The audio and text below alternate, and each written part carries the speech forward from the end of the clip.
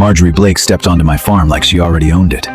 Behind her, a crew was tearing down my fence and pouring gravel across my pasture. She smiled in that pink suit and said the county records gave her the right. But the signature on that easement belonged to my father, and my father swore he never signed it. Subscribe, because what we found in those records changed everything. The first thing I saw was my north fence lying flat in the dirt like something dead. The second thing was my father's gate, the one he had built with his own hands in 1978, hanging crooked from one hinge, while a yellow skid steer pushed gravel across the pasture where our cattle used to graze. Nobody on that crew looked up when my truck rolled in, and that was what made the whole scene feel wrong, like they had been told I was already beaten before I even got home. I had been on the road since before sunrise, hauling hay down to a horse ranch outside Gunnison, with dust baked into my windshield and the smell of alfalfa still clinging to my shirt. By the time I turned off County Road 16 and saw the first flash of orange safety vests on Mercerland, the late afternoon sun was dropping behind the Colorado ridgeline, throwing long shadows over the pasture. My hands tightened around the steering wheel. I did not speed up. I did not slam the brakes. I just watched, through the dirty glass, as strangers pulled my fence posts out of the ground and stacked them like scrap wood. At the edge of the pasture, they had already planted a sign. Fresh cedar frame, white painted board, black letters clean enough to make my stomach turn. Silver Ridge Scenic Trail, HOA Community Access. The words stood there in my grass, as if the land had agreed to them. Behind it, a loader dragged its bucket through the red dirt, carving a pale gray wound across 35 feet of pasture. Gravel poured from the back of a dump trailer in a hard rattling stream, burying hoofprints, old irrigation marks, and the narrow strip where my father used to walk cattle under a winter moon. My name is Ethan Cole Mercer. I am 52 years old, and I have spent more of my life outside than under a roof. I am not a small man. Short brown hair, hard jaw, shoulders built by hay bales, fence wire, and fire seasons that left scars along both forearms. That afternoon I was wearing my red and black flannel open over a tight gray t-shirt, blue jeans stiff with road dust, brown leather boots, and the steel wristwatch my father gave me when I took over the north pasture. I stepped out of my truck slowly, because every part of me wanted to do the opposite. My son Noah was already there near the barn road, standing with his hands shoved into the pockets of his jacket. He was 23, tall and restless, with the look of a young man who had one foot on the farm and the other already in Denver. He glanced at me, then at the crew, then away. There had been pea-like conversation between us that morning before I left, the kind fathers and sons have when both of them think they are the ones seeing clearly. He had an offer from an energy company in the city. I had asked him to stay through calving season. He had said this place was always asking for one more season. Now, the place was asking for blood. On the porch of the old farmhouse, my daughter Lily stood half hidden behind one of the cedar posts with her school camera pressed to her face. 16 years old, sharp-eyed, quiet when it mattered, recording everything for a documentary project. She had started as some little class assignment about rural families. The camera's red light blinked in the shadow. She was filming the torn fence, the gravel, the men in vests, my truck, my boots hitting the dirt. At the time, I thought she was just scared and trying not to show it. Later, I would understand she had captured the first clean piece of truth in the whole mess. Then, I saw Marjorie Blake. She stood beside the new sign as if she were posing for a magazine profile, one gloved hand resting on a clipboard, the other smoothing the front of a pink suit that had no business being near a working pasture. She was 40, maybe, with white hair cut clean to her shoulders, a face made calm by practice, and eyes that did not move when the loader bucket shrieked against a buried stone. Clatter. Her heels had sunk slightly into the dirt, but she did not seem to notice. She looked at my farm the way some people look at a room they plan to remodel. The crew foreman finally killed the engine when I came close enough for him to see my face. The sudden silence rolled across the pasture. Gravel stopped sliding. A man holding a pry bar lowered it slowly. Even the wind seemed to pull back from the fence line. Marjorie did not step away from the sign. She smiled with the kind of patience people use when they think they are explaining rules to a child. She said the Homeowners Association had the legal right to be there. She said Silver Ridge Estates held an easement across a 35-foot strip of the Mercer property, recorded with the county in 2012. She said the trail had been approved, funded, reviewed, and scheduled, and that my objections, while emotional, did not change the public record. Her voice was smooth enough to make the words sound harmless. But behind her, my father's fence was in pieces. I looked past her toward the porch. Caleb Mercer, 79 years old, sat in his old wooden chair, with a blanket over his knees, despite the warm air. My father's hair had gone silver years ago, and age had thinned him down, but the bones of him were still there, straight-backed, weathered, stubborn as the land itself. His eyes were fixed on the clipboard in Marjorie's hand. Not confused, not uncertain, fixed. I asked to see the paper. Marjorie handed me a cream-colored copy without hesitation, almost too quickly, as if she had been waiting for that moment. The top of the page carried the Red Willow County recording stamp. The middle was filled with legal language about scenic access, community benefit, and permanent use. At the bottom was a signature that made the air leave my chest. Caleb J. Mercer. My father's name sat there in dark ink, pretending to be permission. For a few seconds, all I heard was Lily's camera humming from the porch, and the soft tick of my watch against my wrist. Noah took one step closer. The foreman looked down at his boots. Marjorie watched me with that polished little smile, waiting for anger, waiting for a threat, waiting for something she could use. I did not give it to her. Quote, quote, quote. I folded the paper once, slowly, and looked at the gravel line cutting through my pasture. Then I looked at Marjorie Blake and said, "You just stepped onto something that does not belong to you." Her smile did not break. She tilted her chin toward the document and told me the county records said otherwise. That was when my father moved. Caleb pushed himself up from the porch chair with one hand on the rail. The blanket slid from his knees onto the boards. Lily lowered the camera just enough for her eyes to show over the top of it. Noah stopped breathing beside me. My father stared across the yard at the paper in my hand, and when he spoke, his voice was low, rough, and steady enough to silence every man standing in that pasture. I never signed that. By sundown, the gravel trail looked less like a path and more like a scar that had not finished bleeding. The workers were gone. The machine sat cold behind the broken fence, and the brand new HOA sign kept catching the last orange light, like it was proud of what it had done. My father sat at the kitchen table with the fake easement in front of him, staring at his own name as if someone had taken his face and worn it in public. Grace did not say much when she saw the paper. My wife had the kind of quiet that made men stop talking before they embarrassed themselves. She stood behind Caleb's chair with one hand on his shoulder, her eyes moving over the county stamp, the legal language, the signature at the bottom. And then she turned toward the hallway with the hard focus of someone who had just remembered where a buried weapon was hidden. 10 minutes later, she was climbing the narrow attic stairs in work jeans and a gray sweater, carrying a flashlight between her teeth while dust drifted down from the ceiling hatch, like ash. I followed her up because I needed to move. The attic above the old farmhouse smelled like cedar, mouse poison, and summers trapped in cardboard.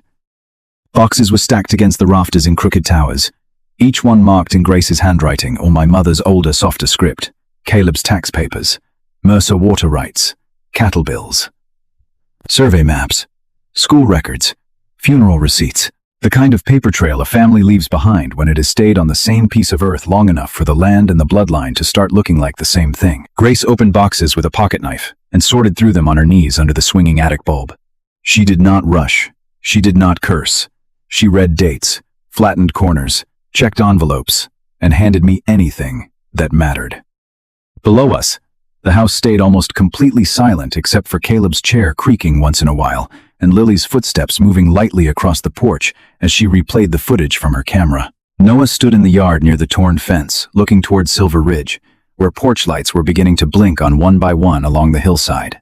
The first thing Grace found was a folded survey map from 1984, the paper yellowed at the seams and soft from being opened too many times. It showed the north pasture boundary in black ink, clean and unmistakable, with the strip Marjorie had claimed, marked in my father's handwriting, as Mercer, grazing corridor.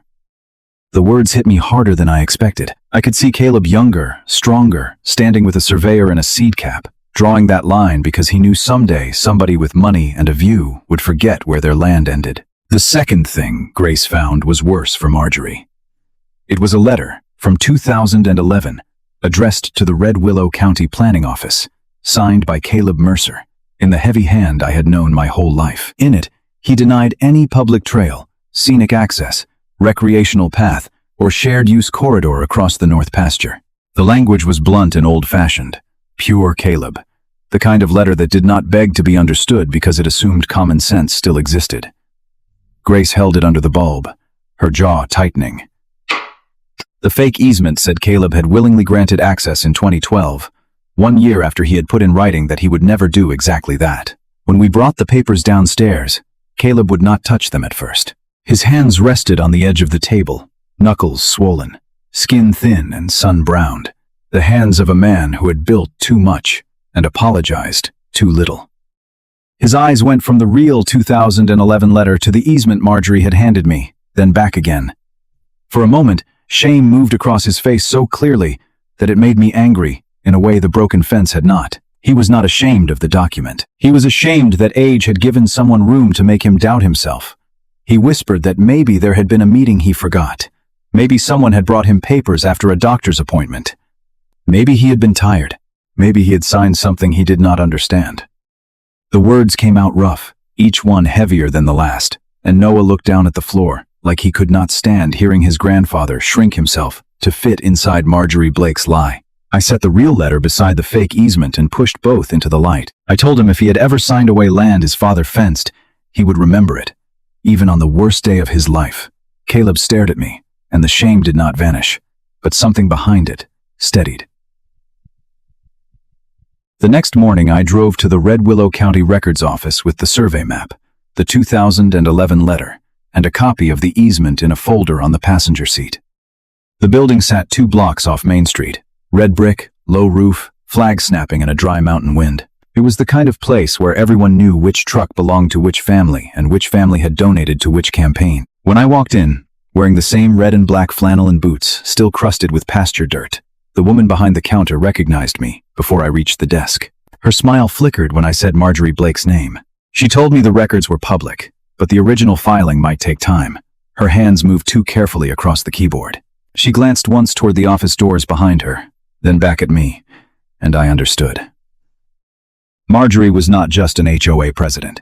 She sat on charity boards, sponsored town events, shook hands with commissioners, and knew how to make a clerk feel like a mistake could become a career problem. I kept my voice low and asked again to see the original 2012 easement.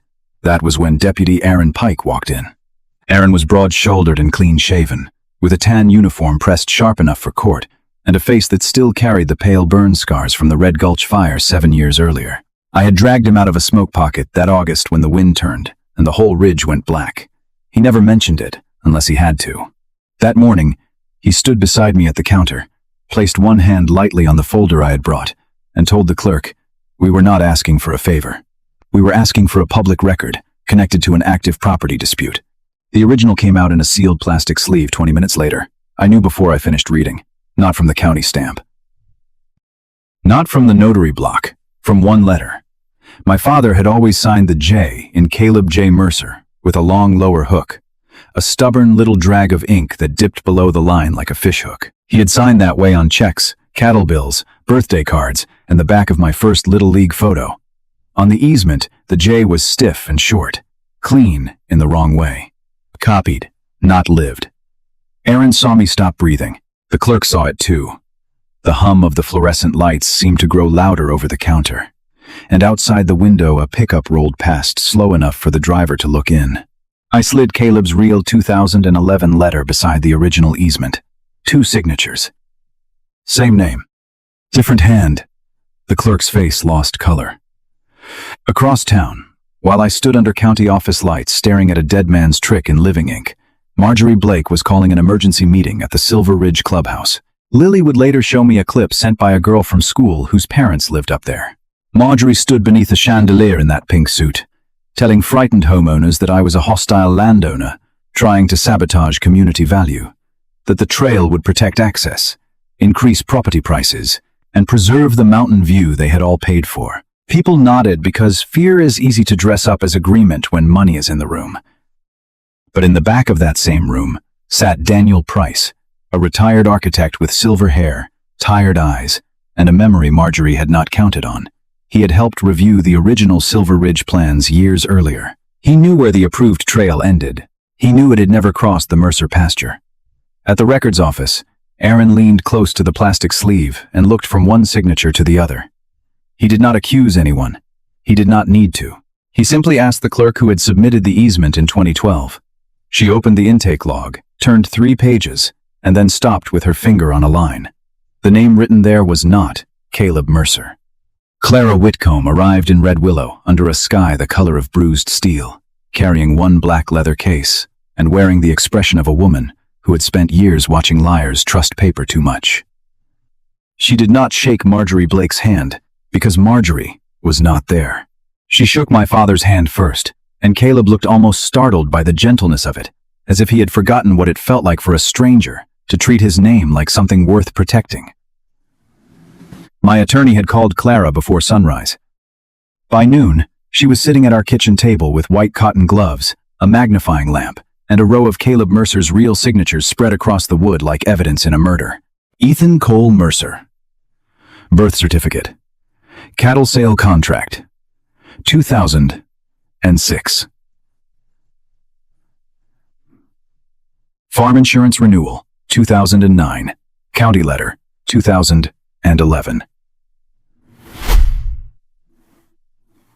My father's handwriting aged across those pages, thicker in the earlier years, shakier near the end, but always carrying the same stubborn rhythm.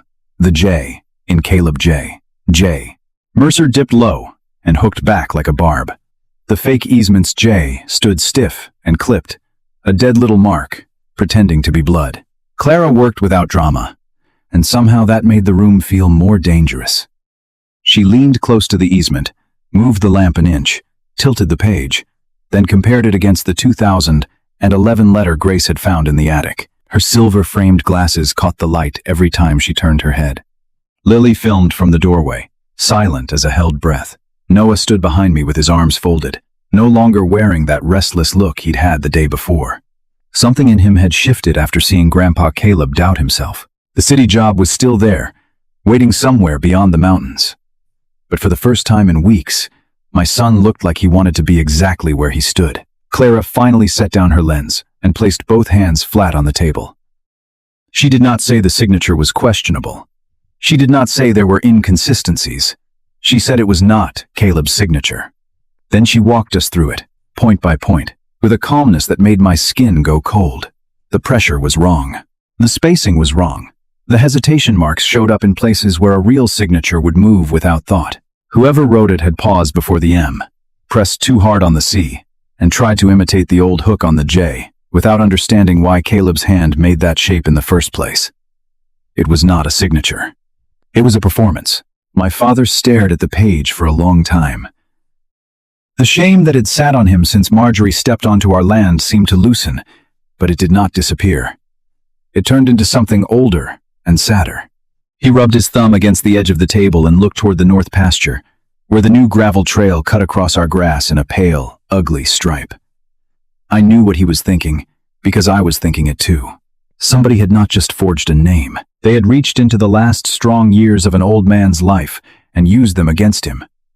Clara wanted the county intake book next, not the digital file, not the scanned copy. The old paper log from 2012, the one a clerk would have used before the record went into the system. Deputy Aaron Pike met us at the Red Willow County Records office just after 3. His patrol truck parked crooked against the curb, his jaw tight under the brim of his hat. The clerk from the day before looked even paler when Clara introduced herself. This time there was no delay. The original easement came out first, still sealed in plastic. Then came the ledger, a thick book with a cracked spine and corners darkened by years of hands. The clerk turned the pages slowly. The room smelled like toner, dust, and old paper. Outside, wind pushed dry leaves along the sidewalk, and through the front windows, I could see the clean line of Silver Ridge homes climbing the hill, their big windows aimed toward mountains they believed belonged to them. Clara stood over the ledger without touching it. Aaron leaned in from one side. I leaned in from the other. The clerk's finger moved down the column for March 2012 and stopped on the entry number matching the easement. The name written there was not Caleb Mercer. It was Richard Blake. For a moment, nobody spoke. The clerk's hand lifted off the page as if the ink had burned her. Aaron's face changed first, not with surprise, but with recognition. Richard Blake had been Marjorie's ex-husband, a real estate broker who helped sell the first Silver Ridge lots when the whole hillside was still scraped dirt and promise. I remembered him from years back. Shiny truck, shiny watch, shiny smile. He had come to our gate once with a brochure and said development was the future of Red Willow. My father had told him the future could use the county road like everyone else.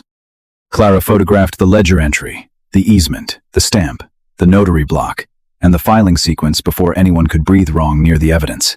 Then she looked at the intake notes. Richard had submitted the document in person on a Friday afternoon. The notary listed on the easement no longer worked in Red Willow. The address attached to Richard's filing was not his office. It was a rented mailbox, 2 towns over. Every detail felt small by itself, but together, they began forming the outline of something much larger than a trail. By the time we stepped outside, my phone was vibrating so hard I thought it was an emergency call from home. It was not. It was a message from Daniel Price, a retired architect from Silver Ridge Estates, a man I had only spoken to twice at the feed store. The message had no greeting, just a scanned blueprint attached, and one line beneath it. This is the approved 2008 Silver Ridge plan. There was never a trail through your pasture. I opened the image right there on the courthouse steps. The original subdivision plan showed walking paths, drainage easements, utility corridors, and the preserved view line Marjorie loved to talk about. But the trail stopped at the Silver Ridge boundary. It did not cross Mercer Land.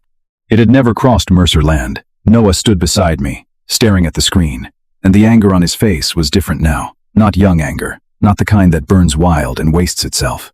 This was quiet, focused, the kind that stays. Then another message came in, this one from an unknown number.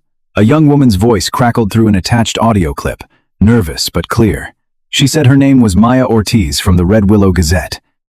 She had been looking into Silver Ridge HOA filings for a story about rising fees. For 3 years, residents had paid a trail improvement fee, but county permits showed no completed trail work until the day Marjorie's crew crossed our fence. The money, she said, had been paid to Blake Ridge Outdoor Services, a landscaping company registered to Marjorie's younger brother. I listened to the clip twice, while the wind snapped against my flannel. Aaron heard enough to look toward the hill where Silver Ridge sat glittering above town. Clara closed her case with a soft metallic click that sounded louder than it should have. Somewhere up there, Marjorie Blake had convinced an entire neighborhood I was the threat. She had told them I was standing in the way of progress, views, property values, community access. But the paper trail was beginning to point back at her family from every direction. When I got home, Caleb was on the porch waiting, his hands folded over the head of his cane. Grace stood behind him. Lily's camera rested against her hip. Noah walked past me without a word and went straight to the broken fence, where he picked up the first fallen post and drove it upright into the dirt with both hands. It was not fixed. It was not enough. But it was the first time all day anything on that line had stood back up. I told my father the name in the ledger. Richard Blake. Caleb's eyes narrowed, and for the first time since this started, the old fire came back clear. He remembered Richard. He remembered the brochure. He remembered telling that man no. Then Grace opened the screen door, holding the landline phone in one hand, her face pale in the porch light. She said Marjorie had just called an emergency HOA vote for the next morning. The agenda had one item: immediate legal action against Ethan Cole Mercer for obstructing a community easement. And down by the north pasture, under the last red strip of sunset, the construction crew's machines were still parked on my land. At 5:42 the next morning, the sound of gravel woke the whole house. Not thunder, not cattle shifting in the dark, not the wind dragging loose tin across the barn roof, but the hard metallic rattle of a dump truck lifting its bed on land. Marjorie Blake had been warned to stay off. By the time I pulled on my boots and stepped onto the porch, the first pale stripe of dawn was just touching the mountains, and a contractor's headlights were burning through the dust beyond the broken north fence. Lily was already outside in a hooded sweatshirt, barefoot in work boots, 2 sizes too big, her old camera pressed against her shoulder, and the red record light blinking like an accusation. She had caught the truck coming through the open gate, past the fresh "No Trespassing" sign I had nailed there before midnight. The driver never slowed. The tailgate chains snapped tight.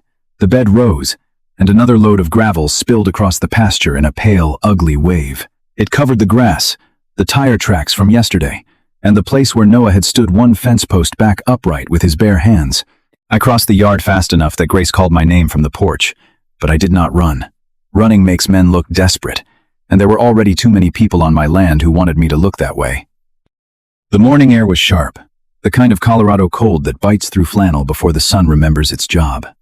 My red and black shirt hung open over my gray t-shirt, and my wristwatch felt heavy against my pulse as I came up beside the truck. The driver looked down from the cab, eyes wide, one hand still on the hydraulic lever. He was young, maybe 25, with a face that told me he had been promised this was legal. Deputy Aaron Pike arrived 12 minutes later, with dust curling behind his patrol truck and his expression locked down tight. He walked the line, photographed the sign, photographed the gate, photographed Lily's footage on the camera screen, then wrote the trespass report on the hood of his cruiser, while the contractor stood with both hands in his pockets, suddenly very interested in the dirt. Nobody from Silver Ridge came down at first. They watched from their windows, from decks with coffee cups, from behind glass that turned gold as the sun climbed. Then Marjorie appeared on the hill above us in that same pink suit, small from the distance but unmistakable, standing on the edge of the unfinished trail, as if she had sent the truck as a message, and was waiting to see if it landed. It landed. But not the way she thought. By 9 o'clock, my attorney had the trespass report. By 10, Grace had found the file I had almost forgotten existed. It was folded into a blue county envelope in the bottom drawer of the old office desk, under irrigation invoices and a box of fence staples. The application was dated 6 months earlier, long before Marjorie's crew touched my fence. A permit request for a steel agricultural storage barn on the north pasture, intended for hay, irrigation pipe, tractor implements, and winter feed. The county had approved the site because Mercer Farm was active agricultural land, and because the North Corridor had been designated for grazing and farm operations before Silver Ridge was ever carved into the hillside. That barn had not been some fantasy I cooked up out of spite. Last winter, wet snow came down for 2 days without mercy and folded our old hay shed like a beer can. 30 tons of good hay went dark with mold before I could move it. I remembered standing in that wreckage with Noah, both of us soaked to the bone, while he tried to tell me there were better ways to run this place, and I heard only criticism. He had been right about one thing. The farm needed to change. I had just been too proud to hear it from a son already half-packed for Denver. We drove the permit file to the county office before noon. Aaron came with us, not to speak for me, but to make sure nobody could say the papers appeared after the fight started.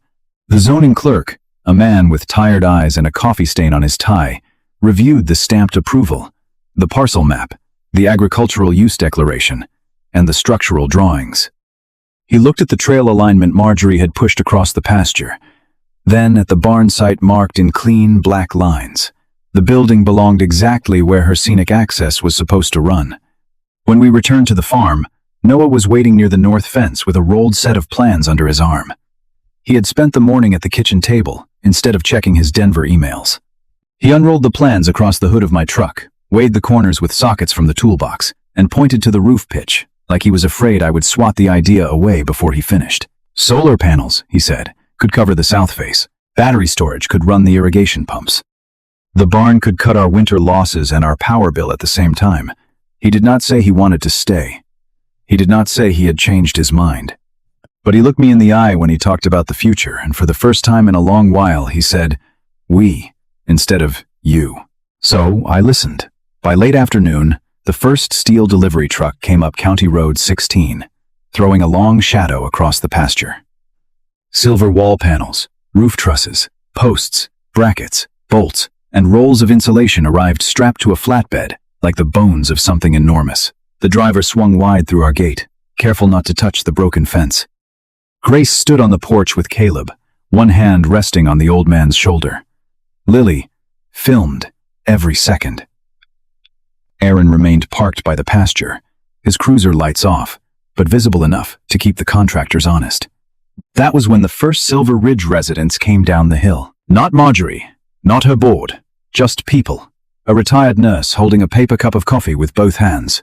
A man in a fleece vest who would not look directly at the torn fence. A young couple with a baby stroller stopped at the property line and said they had been told the easement was settled years ago. They had been told the trail was approved. They had been told I was refusing access out of bitterness, trying to hurt property values because I hated the subdivision. One by one, they stood there with the gravel under their shoes and the truth spreading across their faces. For a minute, nobody knew where to put their shame. Daniel Price came last, walking slowly with a rolled blueprint under one arm. He did not cross the line until I nodded. His hair was silver, his glasses sat low on his nose, and his voice was quiet enough that everyone leaned in without meaning to. He said he had reviewed the original Silver Ridge plans again. He said there was no Mercer easement in the approved development package. He said if Marjorie told the neighborhood otherwise, she had not misunderstood the plan. She had changed the story. Up on the hill, Marjorie watched from beside her white SUV. The steel posts went in just before sunset. Each one rose out of the pasture where her trail was supposed to curve, dark against the burning orange sky. The barn frame did not look like revenge. It looked like work. It looked like feed kept dry, machines kept running, cattle kept alive through winter. But from Silver Ridge, I knew exactly what it looked like. It looked like a wall between Marjorie Blake and the view she had sold to everyone. My phone buzzed as the last post locked into place. A formal complaint had been filed with the county, naming my barn an illegal spite structure intended to damage the aesthetic value of Silver Ridge Estates. Attached to the complaint was a photograph of me standing beside the steel frame, taken from Marjorie's hill. Then Lily lowered her camera and pointed toward the pasture gate. Marjorie's white SUV was rolling down the road again, slow and deliberate, and this time there were 3 other cars behind her. The first time I saw my name in the Red Willow Gazette, it was beside a photograph of my broken fence. Not a flattering photograph, not a heroic one, just splintered cedar posts lying in red dirt, while the unfinished steel barn rose behind them like a warning. By noon, the whole town had read Maya Ortiz's headline, and by sundown, Marjorie Blake had stopped pretending she was calm. Her post hit the Silver Ridge HOA group at 6:18 that evening, while Grace was washing supper plates and Lily was hunched over her laptop at the kitchen table, editing footage for a school film she had started calling The Fence Line. Noah saw it first. His phone lit up, his jaw tightened, and he turned the screen toward me without saying a word. There was Marjorie's name at the top, followed by a long, polished statement about community values, hostile landowners, fabricated outrage, and a farm family trying to profit from confusion. She called me a threat to property values. She said my father's memory could not be trusted. She said the forged signature claim was a desperate attempt to force the HOA into a settlement. That was the line that changed the air in the house. Caleb sat near the stove, with a mug of coffee cooling, untouched in his hands. He did not ask to read the post. He had heard enough. The muscles in his face barely moved, but I saw what it did to him, saw the shame try to crawl back into the room after Clara had finally pushed it out. Grace dried her hands slowly, folded the towel once, and laid it flat on the counter like she was keeping herself from throwing something. Lily stopped editing. Noah looked at his grandfather, then at me, and whatever was left of his old argument about leaving the farm seemed to fall away for good. Marjorie had not just attacked me. She had put an old man's dignity on a neighborhood message board and asked people to vote on it. But Marjorie had misjudged the moment. By then, too many people had seen too much.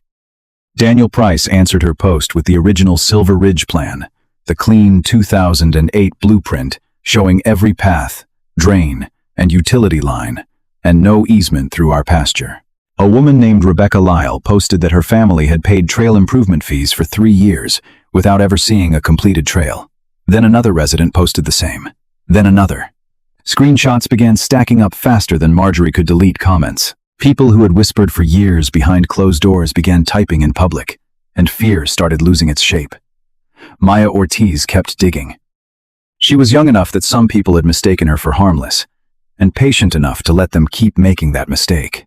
The next day, her follow-up article landed online with bank references, contractor invoices, and county permit gaps laid out in language even angry homeowners could understand.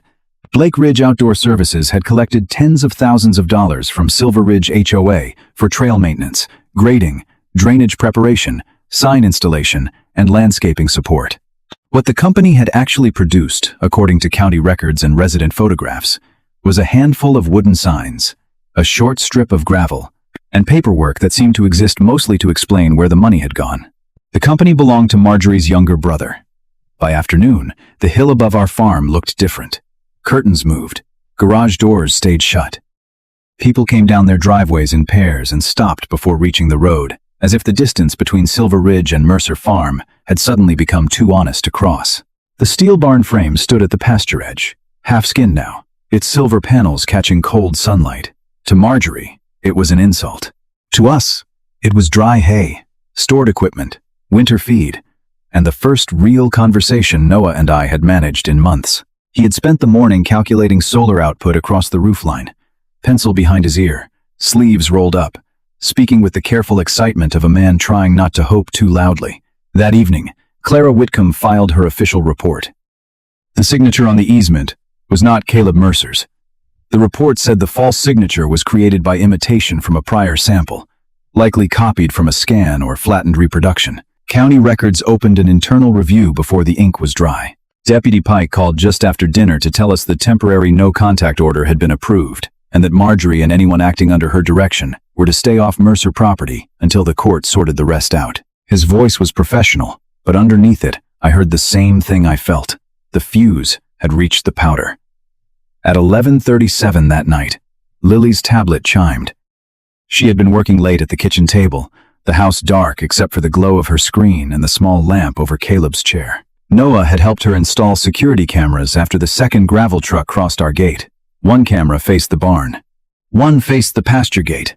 One watched the broken fence. At first, Lily thought the alert was a deer, maybe a fox moving along the gravel strip. Then the image sharpened, and she went completely still. Marjorie Blake was walking across my pasture in the dark. She was not wearing the pink suit jacket this time, but the pink skirt was unmistakable beneath a pale coat, and her white shoulder-length hair flashed under the barn light like something cut from bone. Mud clung to her high heels. In one hand, she carried a can of black spray paint. In the other, her phone, raised just enough to light her path. She moved quickly, not like a woman afraid of being caught, but like someone furious that the world had stopped obeying her. None of us spoke as Lily turned the screen toward the table. Caleb leaned forward. Grace covered her mouth with one hand. Noah was out of his chair before I could stop him, but I caught his arm at the doorway. The camera feed showed Marjorie stepping up to the new steel wall of the barn, shaking the can hard enough for the rattle to carry through the microphone. Then she sprayed 2 words across the silver panel in ugly black letters. Farm. Trash. For a second, the only sound in the kitchen was the live audio from the camera, the hiss of paint striking steel. Marjorie stepped back to admire it, her chest rising and falling, her face twisted in the blue-white security light. Then she lifted her phone and took a picture of her own crime, as if even then she needed proof that she had left a mark. Deputy Pike arrived in 18 minutes. His cruiser lights stayed off until he reached the pasture gate.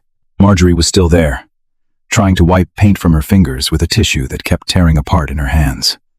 When the red and blue lights finally came alive, they washed over the steel barn, the black letters, the broken fence, and the stunned faces of 3 Silver Ridge residents who had come down after seeing her car parked by the road. For the first time since I had known her, Marjorie Blake looked small. Aaron placed her under arrest for criminal mischief and violating the no-contact order. Her voice cracked as she insisted the barn was illegal, that the farm was destroying the neighborhood, that everyone would understand once the court heard her side. But no one moved to help her. Not the residents. Not the contractors. Not even the hill of bright houses watching from above. Lily kept filming, tears sliding silently down her face behind the camera. Noah stood beside me, breathing hard, and whispered that Denver could wait. Caleb looked at the words on the barn, then at Marjorie being led toward the cruiser, and for a moment, his hand found mine, in the dark. Then Marjorie turned back before Aaron closed the door, her perfect mask gone, her eyes locked on my family like a promise. She said one name under her breath, Richard. The courtroom was so quiet that morning I could hear the courthouse flag snapping outside the window. Marjorie Blake sat 3 tables away in a dark coat instead of her pink suit, her white hair tucked behind her ears, her hands folded so tightly her knuckles looked bloodless. For the first time since she had stepped onto my pasture, she was not standing above anyone, not smiling from a hillside, not pointing at a document like it was a weapon. She was sitting under fluorescent lights, while every lie she had carried into my life waited in a folder on the judge's bench.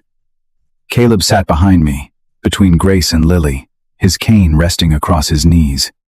Noah stood near the back wall with his arms crossed, still wearing work boots dusted with red dirt, because he had come straight from checking the barn roof before sunrise. Daniel Price sat 2 rows behind him with the original Silver Ridge plans rolled in a cardboard tube. Deputy Aaron Pike stood near the door, still as fence wire. And at the witness table, Clara Whitcomb opened her black leather case with the slow, careful hands of a woman who knew that the smallest mark on paper could move an entire mountain. She did not raise her voice. She did not need to. The courtroom screen filled with Caleb's real signatures first. The birth certificate, the cattle contract, the insurance renewal, the 2011 county letter, where my father had refused any trail across the north pasture. Then came the easement Marjorie had used to carve a gravel line through our land. Side by side, the signatures looked close enough to fool a clerk in a hurry, close enough to give a powerful woman a tool, close enough to make an old man question his own memory. But Clara slowed the world down. She pointed out the stiff angle of the J, the unnatural pauses, the uneven pressure, the places where the pen had hesitated because the hand behind it was copying instead of signing. She said the signature had been imitated from an older sample. She said it was not authentic. My father closed his eyes when she said it. I had watched Caleb carry pain quietly my whole life. Broken ribs from a bull, frostbite in 2 fingers, my mother's funeral, the slow theft of his strength by age. But nothing had bent him like that piece of paper. Marjorie had not just tried to take land. She had tried to make him doubt the last honest parts of himself. When Clara said the signature was fake, Grace reached over and covered his hand with hers, and I saw my father's shoulders drop, as if someone had finally taken a weight off his chest that he had been too proud to name. Then the county intake record came up on the screen. The entry matched the easement. The date matched. The filing number matched. But the person who submitted it was not Caleb Mercer. It was Richard Blake. A murmur moved through the courtroom before the judge silenced it with one look. Marjorie did not move, but her face changed just enough for everyone to see the truth arrive before the verdict did. Daniel's blueprint came next. The approved 2008 Silver Ridge plan, projected in clean lines and official stamps. The trail ended at the subdivision boundary. No scenic path crossed Mercer Farm. No easement was planned, promised, or approved when those homes were sold. Maya Ortiz sat near the aisle with a notebook in her lap, writing fast. Her reporting had already turned the Silver Ridge homeowners against the story Marjorie had sold them. Blake Ridge Outdoor Services, the trail improvement fees, the money that moved through family hands for work that barely existed. All of it had come out in pieces until the neighborhood could no longer pretend it had been misled by accident. People love a pretty lie when it protects their view. But once the bill arrives, they start asking who signed the check. The judge's ruling came just after noon. The easement was void. The HOA had no legal right to the 35-foot strip across Mercer Farm. Silver Ridge Estates was ordered to remove the gravel, restore the pasture, replace the fence, pay damages, and issue a public apology to Caleb Mercer and his family. Marjorie Blake was removed from HOA authority pending criminal proceedings tied to the forged document, the misused funds, the trespass, and the vandalism at the barn. When the judge read the words into the record, I did not feel triumph. I felt the strange, aching silence that comes when a storm finally moves past and leaves you standing in the wreckage, alive. Outside the courthouse, nobody rushed to speak. Marjorie was led through a side hallway with her attorney beside her, smaller now, without the hill, without the suit, without a crowd trained to fear her. A few Silver Ridge residents waited near the steps. Some would not meet my eyes. Others did. One woman cried when she apologized to Caleb. Daniel Price shook my father's hand and promised the new HOA board would never again touch a boundary without public review. It would have been easy to hate all of them. Some days, I still wanted to. But standing there in the cold light, watching shame work its way through people who had finally seen the truth, I understood that not everyone who benefits from a lie is the one who built it. The weeks after the ruling were louder than I expected. Trucks came to scrape the gravel out of the pasture. Fence crews set new posts along the north line. The Silver Ridge sign came down on a gray morning with no ceremony, just 2 workers, a pry bar, and Lily filming from our side of the fence. The steel barn stayed. It caught the sunset like a blade, then like a promise. Noah finished the solar array on the south roof before the first hard frost, and the irrigation pumps ran off that system the following spring. He did not turn down Denver forever. He simply changed the answer. He told me the farm could be more than survival if I let it become something new. So I let it. Grace turned the old county maps, family letters, and Lily's footage into an exhibit at the Red Willow Library about the farms that had held the valley before the subdivisions had names. People came who had never set foot on our side of the road. Lily's documentary, The Fence Line, won a State Student Film Award, and when she stood on that small stage, telling a room full of strangers that land remembers who tells the truth about it, Caleb cried into a folded handkerchief and pretended he had allergies. I used part of the settlement to start the Mercer Land Stewardship Fund, helping small farms across Colorado check their boundaries, protect old corridors, and fight quiet encroachments before they turned into gravel roads. That spring, we rebuilt the north fence for the last time. Caleb came out in the late afternoon, moving slowly with his cane, while the Rocky Mountains turned blue behind him. I wore my red and black flannel, the same brown boots, the same old watch, and stood beside him as he placed one weathered hand on the newest cedar post. Noah was tightening wire near the barn. Grace was carrying coffee across the yard. Lily had her camera up, but this time nobody asked her to lower it. Beyond the fence, Silver Ridge was quiet. No false trail, no HOA sign, no pink suit in the dust. Just pasture grass bending in the wind and a steel barn shining under the sun. My father looked down the line we had restored, then at the land his father had kept, and I had almost watched slip away under a fake signature. His voice was thin, but it was steady. He said the fence looked right. And for the first time in months, so did the future. Sometimes the people who seem the loudest and most powerful are only strong because others are too tired or too afraid to question them. In everyday life, whether it is land, family, work, or personal dignity, the truth still matters. Keep your records, trust your instincts, protect what was built with honest hands, and never let someone else's confidence make you doubt what you know is right. If this story moved you, please share it, leave a comment, and subscribe to the channel. Thank you for watching, and may God bless you and your family.